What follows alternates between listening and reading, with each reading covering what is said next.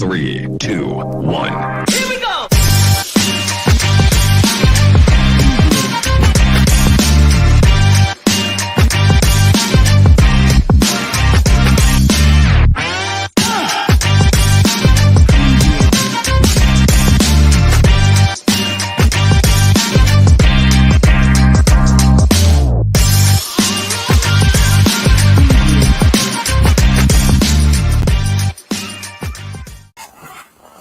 Well, good Super Bowl Sunday afternoon, everybody. Dennis and I are popping on today real quick. No, not to show the fashionable attire that I have on next to the dregs of a shirt that Dennis is wearing. But yes, thank you very much. My jersey I've had for at least 20 years now, because on the back, like me, the incredible one, Andy Smith, this says E. Smith for excellent Smith on the back.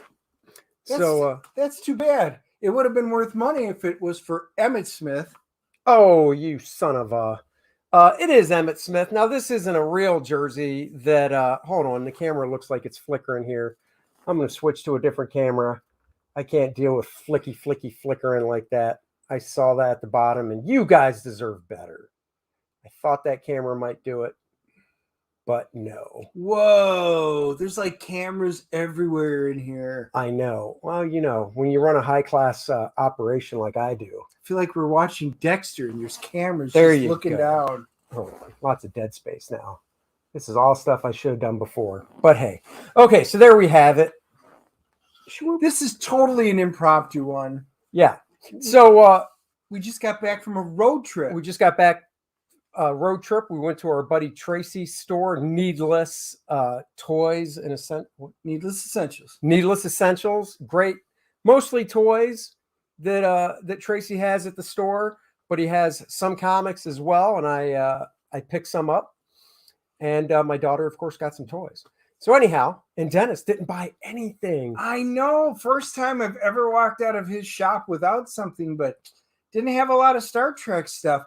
And I got to be honest, Tracy actually shed a tear when Dennis left without buying anything. He did. But I'll make up for it because I have decided, and he ordered the new Jean Grey quarter scale premiere statue from Sideshow.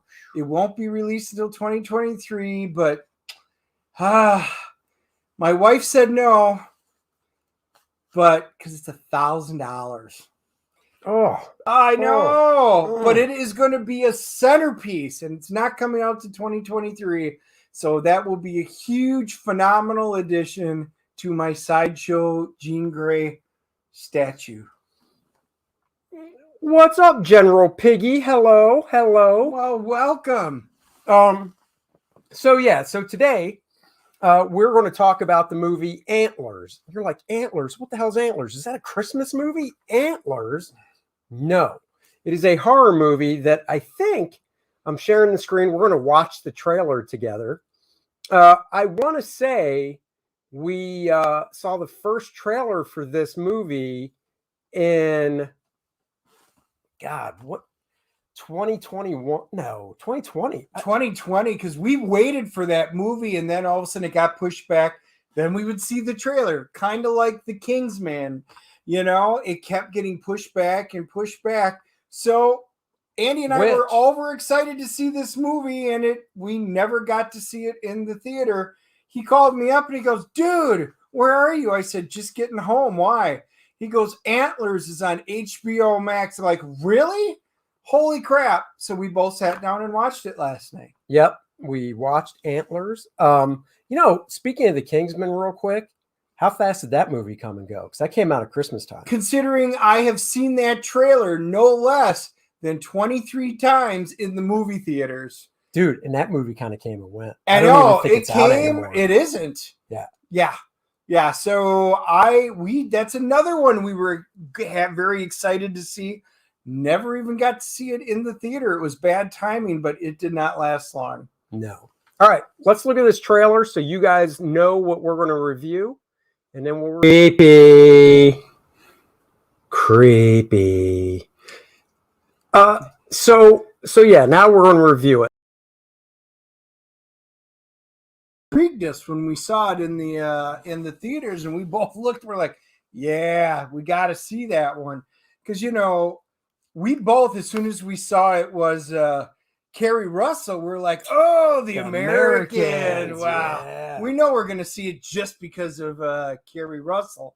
Oh, yeah. And but no, it was interesting. And Jesse Plemons, of course, I think it was Game Night. I swear he plays the exact same police officer. Well, Game Night, Game Night was a comedy.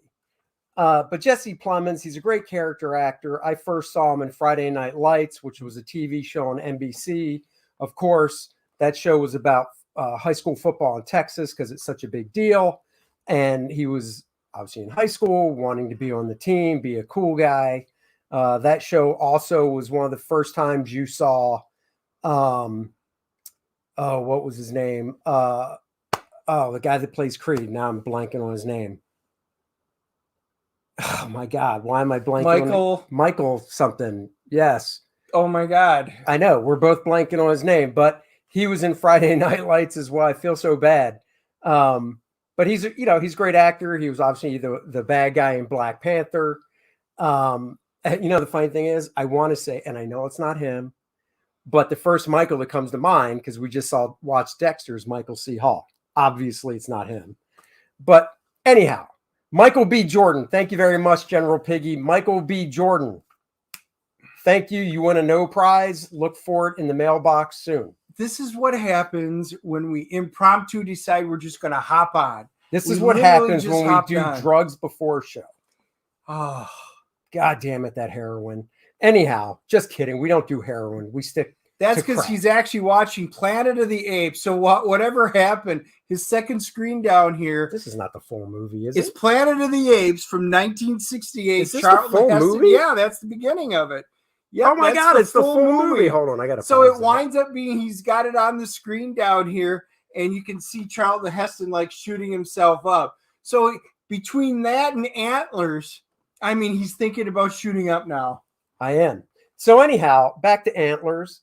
I anticipate its arrival. You should be on the lookout. It'll come from someplace in the United States. And it might have an return address of it might actually be addressed to you or current resident. So if you get something that says you or current resident, and it's from like somebody that installs Windows or maybe it's a catalog, it's actually the no prize from us. We disguise them that way because we don't want people to think like, oh my God, this is, we want it to look like junk mail. Right. We want to, yeah. I didn't want to say the word junk because then it really devalues the no prize. Anyhow, so Antlers, before I clicked play, I saw the running time was an hour, I believe, and 37 minutes. Right there, some red flags went off because, guys, I don't know if you've noticed, it's 2022, and if you're doing an hour and 37-minute long movie, that's generally for the Sci-Fi Channel, and that's because commercials are built in to push it out to 2 hours. So very clever. It is. So a little scared by running time of an hour and 37 minutes. Yeah. So one of two things can happen. That movie can either be super tight, which means they've got every I dot, every T crossed, but that's it. But it could be a great movie, or they edited out so many important things that the floor looks like a litter box because there's all this extra footage sitting on the floor.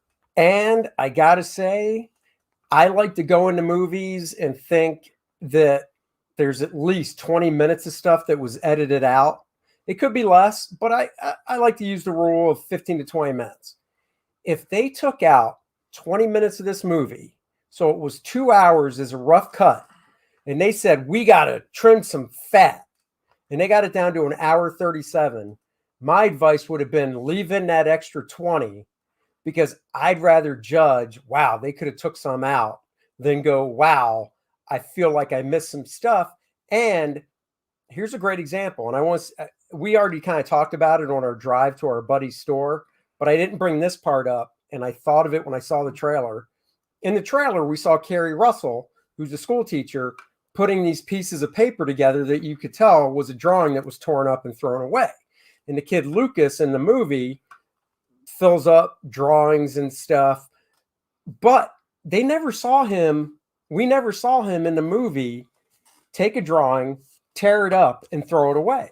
No, we only saw a couple of drawings from the notebook. So she says, Lucas, why don't you, I know you've been working on your story, stand up and tell a story. This was the kind of clever part. He stands up and starts telling us the story about the bears. And you're like, oh, that's an interesting story. And he looks like he's reading off of his notebook.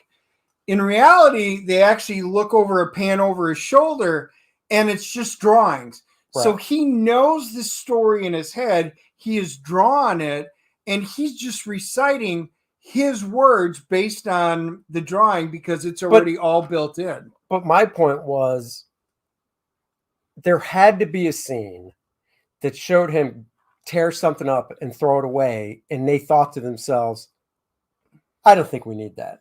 When I think they did need it, because it seemed so out of context. Right.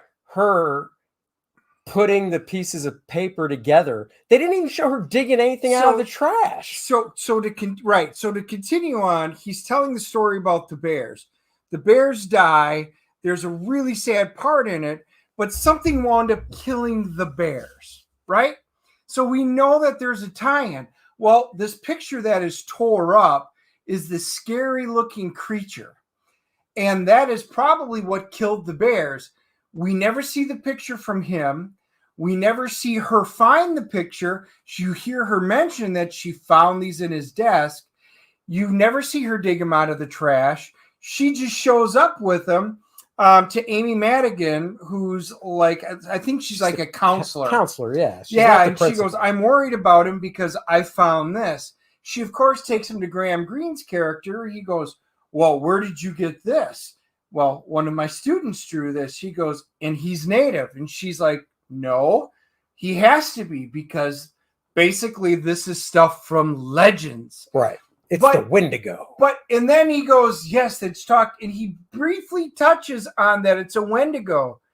But they don't go into any background about Wendigo other than to say the only way to kill him is to remove the heart. Right. And then kill it while it's beating and basically stab it. And you're like, okay, that's kind of an odd thing to say when there's no background at all dealing with the Wendigos. So again, in the cutting room floor, that scene would have been good. That scene would have been good. That, because they overlapped and missed so much of basic storytelling. Well, and then just the way the movie starts, there's this mine. This movie takes place in Oregon. There's a mine. It's abandoned. You see the father of this kid, Lucas, go into the mine. Of course, it's dark. When he says mine, like coal miners, not mines. I said mine, not mime. I didn't say mime. I said mine. I enunciated. So they go into this closed down coal mine. And it's funny because he goes into it and it's dark because it's closed down. There's no lighting and stuff. So my first thought is, cool, he'll pop a flashlight. Nope, he pops a flare.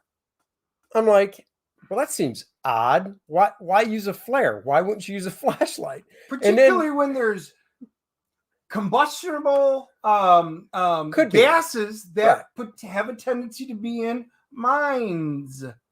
So that was weird. And then as he's walking through the tunnel in this mine, there's this weird stuff hanging down, which is indigenous people, Native American type totem type stuff that's hanging down. And this dude doesn't think twice about it. And then when he finally gets to where he's going at the end of this tunnel, it's a room. His buddy's there. They're both wearing masks, by the way. So they have oxygen masks on. So right there, my first thought is, okay, I guess they're cooking meth down there, and this dude's a drug dealer.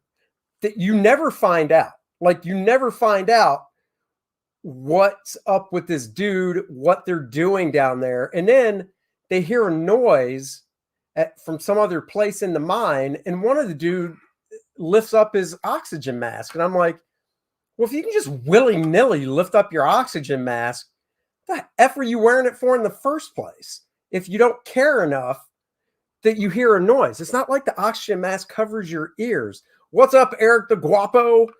It's not like the oxygen mask covers your ears. You don't need to lift it up to hear better. So that was another one. I'm like, that's odd. Yeah, and then, they don't even phase them. So they've never gone down that part of the mine before. So they've never heard anything this entire time that they've been down there cooking meth.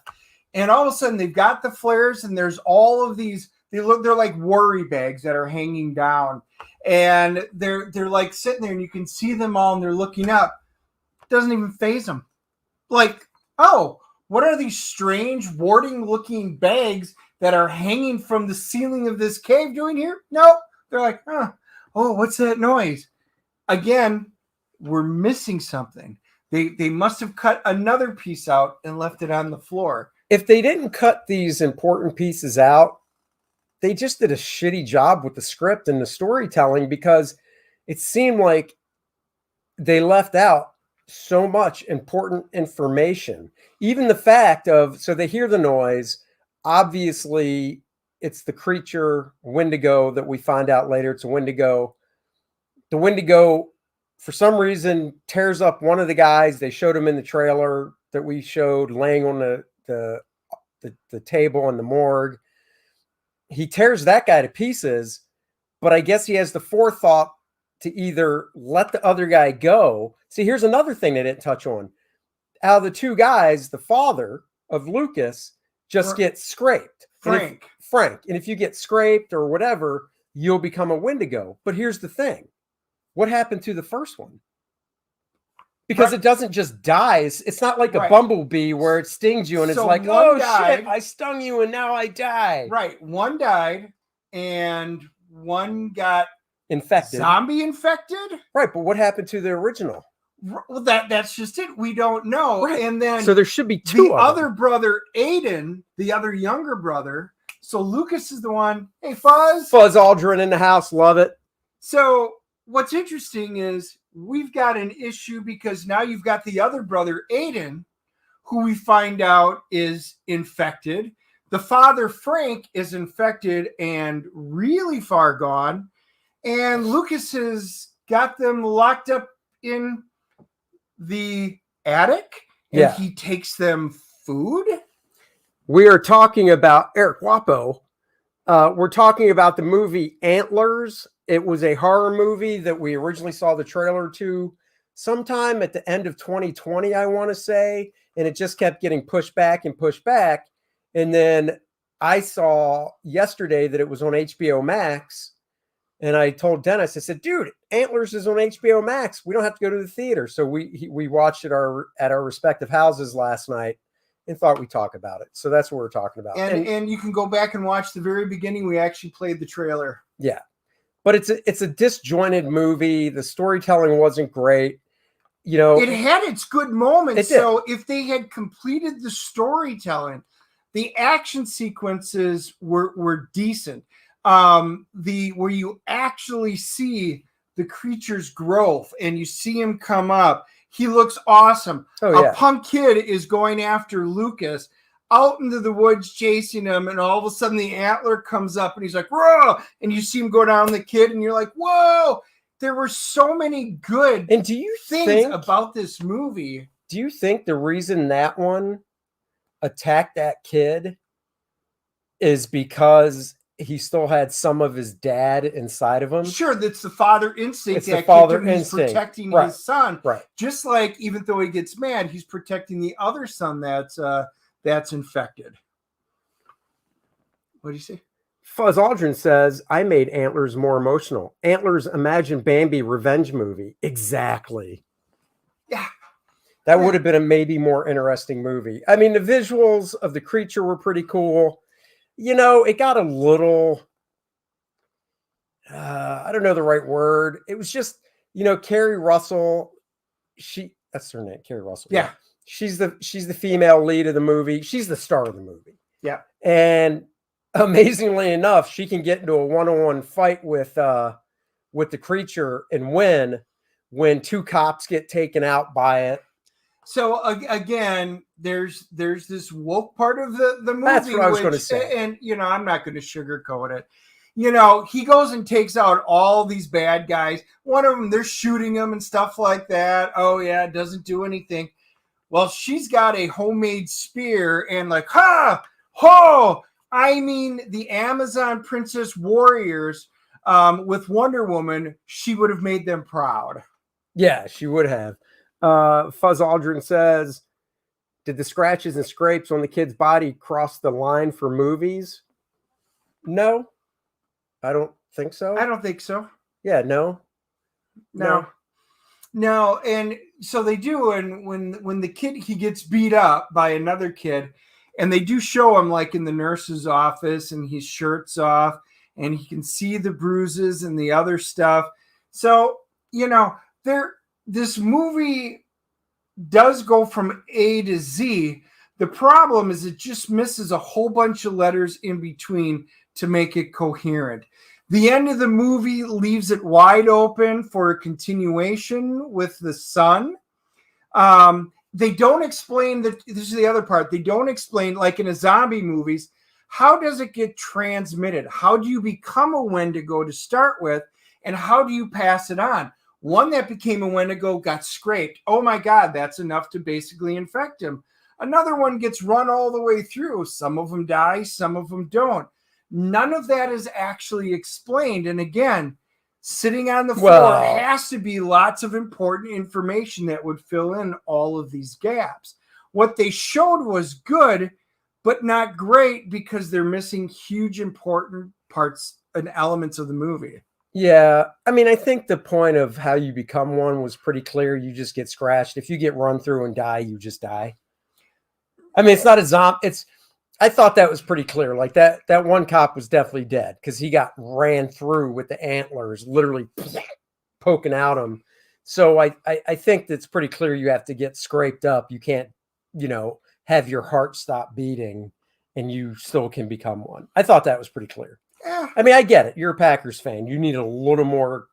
It's like you said, A to Z, they were missing some letters. It was still good, but context would have been good to make it enjoyable. It's like a Packers game.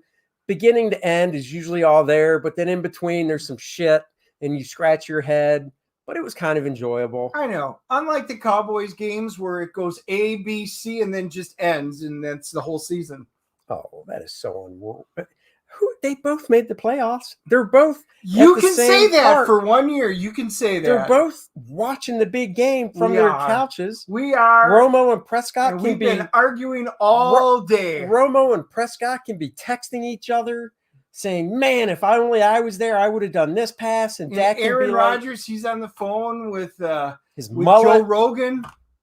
And his mullet. He didn't have a mullet. Nah, he had a man bun. Oh. Get it right. Just because you don't have hair, you just got to get the terminology Did you right. not see the screenshot of him accepting an award or something from Peyton Manning from the NFL honors this past week? Yeah. It was so bad, that hair. Was it as bad as the Pro Bowl? No. Okay. But so here's a great way to sum up Antlers. Think of a 1950s black and white horror movie where, there are some jumps, but overall you're like, that was good. They didn't really spell everything out. They didn't do a great job, but that was okay. Well, Antlers is that type of movie with a year 2000s budget in regards to the special effects. You know what I think the better analogy is? If you want to read or get into something of this genre, Graham Nolan's Chenue is this kind of a feeling, only set in the winter. Well, and the storytelling is great too. There's no gaps in the storytelling. It's way better, all in all, than that. It was a much better story. This wasn't a complete failure, but they just missed so many important points. And it just was okay. I'm glad that we wound up not seeing it in the theater because if I would have paid $10 plus popcorn and soda, I would have been probably very disappointed walking out.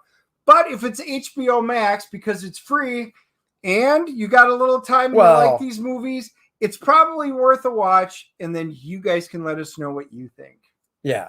I mean, CGC grade? We'll CGC grade it. Fuzz Aldrin says Antlers was a love letter to Oregon rural areas. It was, but I tell you what, it was not a sales pitch to live in those areas because it was gray, shitty, rainy through the whole movie. And as much as I like it normally, well, that's true. But I like the mountain areas. I love going over to Asheville in the mountains and stuff and whatnot.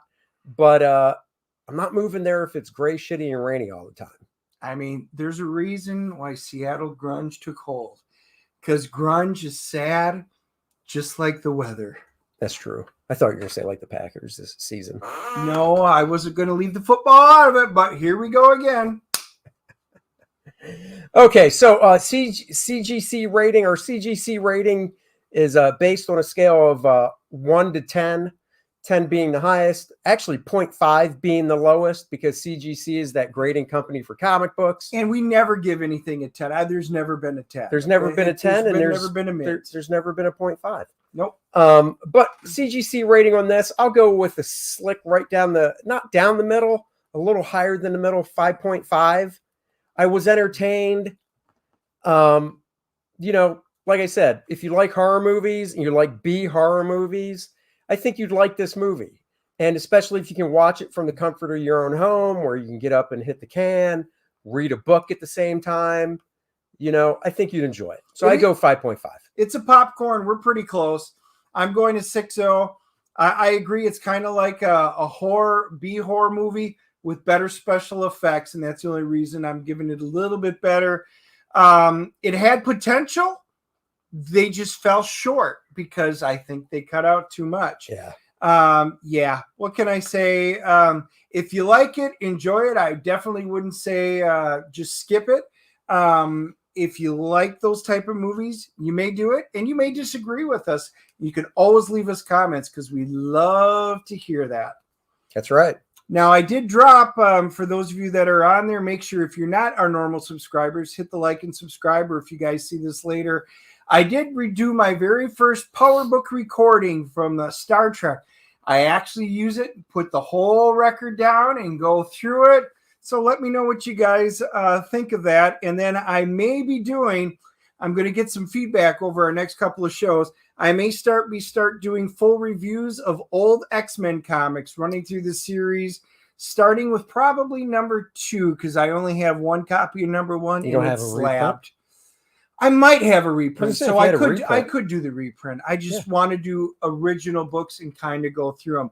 So if you guys like that idea, let me know. Yeah, even if it's from a trade, it'd be kind of cool to start number 1. It probably would. I kind of agree. So there you go, guys. We hope you all, if you're watching the big game, enjoy the big game, and we will be watching it over here. We will be. I don't know how good the halftime's going to be. We'll see. It could be like the Antlers. As long as the commercials are good. And I see Michael Myers is bringing back Dr. Evil for a commercial. Oh, yeah. I've stayed away from the commercials because anyway, we'll see. We'll see how it goes. Oh, God. Fuzz Aldrin sucking up the dentist. Congrats to Aaron Rodgers for winning MVP. Thank you, Fuzz. That is wonderful. And he had a fantastic season. He did. And again, be curious to see what jersey he has on next year. I think that was number 4 for his MVP, but we'll see. I mean, he's not in the big dance, and in reality, that's what really matters the most to the football players. So, we'll find out. Burrows or Stafford, one of them's getting their very first win. Unless with the new stupid rules, can this end in a tie? No. Yeah, I hear you say that, but they can in the regular season. Is it different? Super Bowl can't end in a tie. I hear that, but I want to make sure they changed a bunch of the rules. No, a Super Bowl cannot end it, just like a playoff game cannot end in a tie. What? Have you heard anything about this? Oh, I have not heard anything about the Titans. Who's the Titans quarterback now? I did not. Hold on. Are you saying that that's a possibility or that something broke? Because I did not get. Well, no, I don't think breaking. anything broke. I think either he's hoping that. Or, Denver is the most likely because the Right. offensive coordinator, he and the offensive coordinator for the Packers Right. are really close. And he even said a couple of years ago, if he goes somewhere, there's a chance he would follow him. Lo and behold, Denver picks him up. I could see Aaron doing that. Possibility. Oh. I had not heard the Titans mentioned it Fuzz, anyway. So that who is the interests me. Titans' current quarterback? I'm curious now, and I know Dennis was going to look it up, but you're still watching, so let's see who's faster, Dennis or Fuzz. Who is the Titans' current quarterback? I'm trying to remember. Tennessee Titans. It's not Winston. Winston is Jameis Winston's the Saints. But I'm trying to think if Ryan Tannehill. That's Tannehill. So yeah, because he went over there from Miami, right? Yeah. Yeah. Oh, we'll see. Yeah. All right. Well, I guess we'll find out. There's a lot of teams that would say we want Aaron. Yeah. I don't know. It'll be interesting. I'm going to give it only probably less than a 50-50 chance that Joe Montana. Joe Montana. Yeah. Waterboy. Now, if this movie or if this game sucks, we'll just throw on Waterboy. There you go. Oh, no. Jungle Cruise. Oh, yeah. Because most of us haven't seen. Most of us have not seen Jungle Cruise. Have you guys seen Jungle Cruise? We haven't seen it yet. My wife watched it, and apparently my wife watched it last night without my daughter and I to join in, knowing how much we like The Rock. Very upsetting. And her excuse is, I thought you guys already saw it. Well, there's one way to know for sure, and that's ask. Always ask. She did not. But we did get caught up on Peacemaker, and the finale is this Thursday. That's right. Oh, yeah. All right, guys. Everybody enjoy the big game. Drink some beer, eat some chips, have some pizza, wings, all that fun stuff. What beer am I drinking tonight, Andy? Oh, Dennis will be drinking Chinook Brew, Graham Nolan's Chinook beer. He'll be drinking some of that.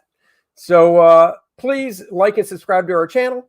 Go back my campaign. First Man, Learning Curve, 64-page, fun-filled, action-packed graphic novel. And we'll leave you with the new trailer. See you guys on Wednesday. Bye, everybody. Live long and prosper.